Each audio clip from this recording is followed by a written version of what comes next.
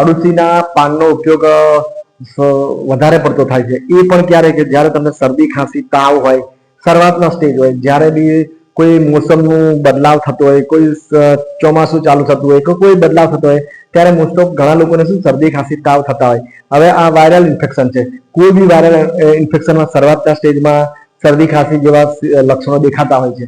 આગળ જતા તમે ટેસ્ટો કરાવો તો ડેન્ગ્યુ બી હોઈ શકે છે, ગમે તે હોય, પણ શરૂઆતના સ્ટેજોમાં બધામાં શરદી ખાંસી જેવું લાગતું હોય. જો આ સ્ટેજમાં તમે થોડી સાવચેતી રાખો, જેમ કે તુલસીના પાન છે, અળસીના પાન છે, ફુદીનો છે, એવા ગમે તે અદરક, આદુ છે, હળદર છે, એવું બધું મિક્સ કરીને ઉકાળો બનાવો.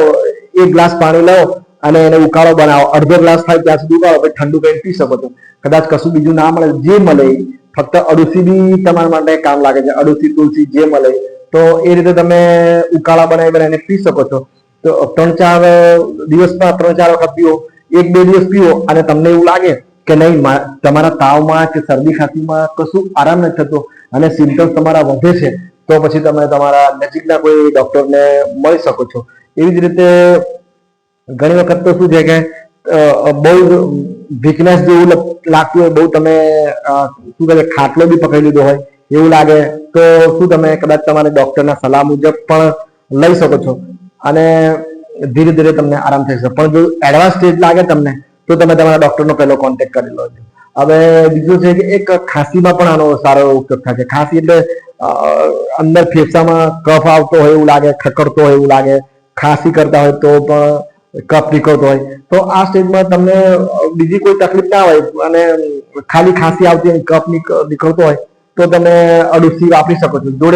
જોડે બીજું કોઈ બી વાપરી શકો છો, જે આ તુલસી છે, પુદીનો છે, અદરક છે, એવું ગમે તે વાપરી શકો છો. પણ ખાંસી માટે અળસી વધારે ફેમસ છે. તો એ રીતે હવે જ્યારે એડવાન્સ સ્ટેજ, ખાંસીમાં જ્યારે એડવાન્સ સ્ટેજ જતા રહો, તાવ વધારે આવતો હોય, શરીર ઓગળતું હોય, પરસેવો વધારે થતો હોય અને શ્વાસ લેવામાં તકલીફ થતી હોય, તો પછી એડવાન્સ બીજા ઉપરના સિમ્ટમ્સ દેખાય છે.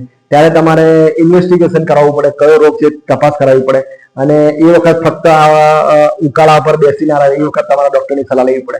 હવે બીજો એક ઉપયોગ અળસીનો છે ને, જે અસ્થમા આપણે કહીએ, અસ્થમા એટલે દમ કહીએ. દમમાં શું હોય કે તમને શ્વાસ લેવામાં તકલીફ થાય.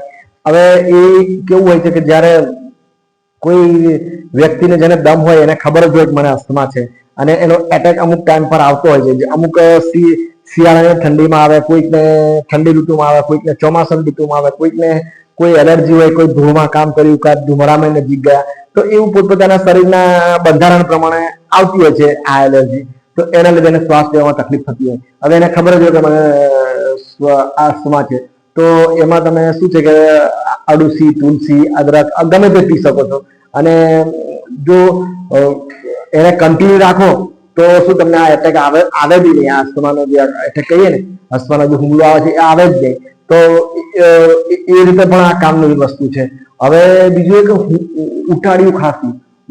હવે અસ્થમામાં બીજું શું છે કે તમને ખબર ના હોય, આડાધડ તમને કોઈને સલાહ ના આપી શકો, કે ઘણી વખત શું ફેફસાની અંદર વધારે પડતું નુકસાન થયેલું હોય અને તમે ડાયરેક્ટ એમ કહો આ લો તો શું જાનનું જોખમ આવી જાય છે. એટલે કે અધૂરું નોલેજ ઘણી વખત વધારે પડતું નુકસાન કરે.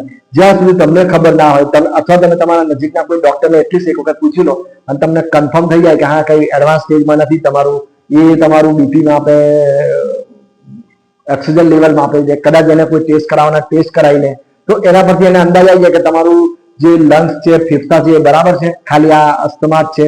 તો એ રીતે તમે કહી શકો છો. બીજી એક ઉટાડ્યું ખાંસી કહીએ આપણે. ઉટાડ્યું ખાંસી એટલે ખાંસી આખો દિવસ ખાંસી કર કરે છે અને એના હુમલા દિવસમાં 4-5 વખત આવતા છે. મોસ્ટ ઓફ નાના બાળકોમાં વધારે આવે છે. તમે તમારા બાળકના ડોક્ટરની દવા બી લઈ શકો છો અને બાળકના ડોક્ટર પછી બી તમને એવું લાગે કે મને ટ્રીટમેન્ટથી બી સારું નથી થતું, તો તમે આ જોડે એડ કરી શકો છો. જે આપણે ઉકાળો, કદાચ છોકરું કદાચ અળસી થોડી કડવી આવે, ના પણ પી શકે, તો તમે અળસી કાઢી નાખો અને તુલસી છે, ફુદીનો છે અને એવું કઈ હલ્દી, અદરક ને એવું બધું ઉમેરીને ઉકાળો ઘરે બનાવી શકો છો. પણ જો અળસી લેશો તો વધારે ફાયદો થાય. જો છોકરું તમારું નાનું બાળક હોય એ અળસી પી શકતું હોય, તો એ પ્રમાણે એનો સ્ટેજ હોય છે કે એનું જે 1 કપ તમે બનાવો છો, આટલો એનો જે ડ્રિંક બનાવો છો એમાં થોડું બે ચમચી સવારે બપોરે સાંજે એ રીતે પીવો તો વધારે ફાયદો છે. કન્ટિન્યુ રાખો 2-3 દિવસ, પછી જુઓ કેવું લાગે છે. અને આને તમારે ટ્રીટમેન્ટ તો કરવી જ જોઈએ, કેમ કે બાળક છે, કદાચ બાળકમાં કોઈ વધારે પડતી તકલીફ થઈ જાય તો. એટલે આ એક સાઈડમાં શું છે કે વધારે પડતી હેરાનગતિ ના થાય એના માટે આપણે એક કહીએ કે ભાઈ ખાંસી જલ્દી આરામ થતો નથી. ઘણી વખત ઘણા બાળકના ડોક્ટરની ટ્રીટમેન્ટ કરીએ છીએ છતાં બી તમને આરામ ના લાગતો હોય તો જોડે સાઈડમાં આ ટ્રીટમેન્ટ કરાય. પણ પહેલો તો તમે તમારા નાનો બાળક હોય તો તમારા જે નજીકના જે બાળકના ડોક્ટર હોય એને એક વખત એની સલાહ તો લેવી જ જોઈએ, અને પછી આ ટ્રીટમેન્ટ કરી શકો. તો આ રીતે જોવા જઈએ તો શું છે કે અરડુસીના પાનનો રેસ્પિરેટરી જે ઇન્ફેક્શન છે એમાં વધારે ઉપયોગ થાય છે. પણ છતાં બી અધૂરું નોલેજ, ક્યારેક ઓછું નોલેજ, આપણે ડાયરેક્ટ અમુક આડાધડ જો ફેસલા કરીએ તો ઘણી વખત શું છે કે કેમ કે ફેફસામાં વધારે ઇન્ફેક્શન લાગે તો મોતનો પણ ભય હોય છે.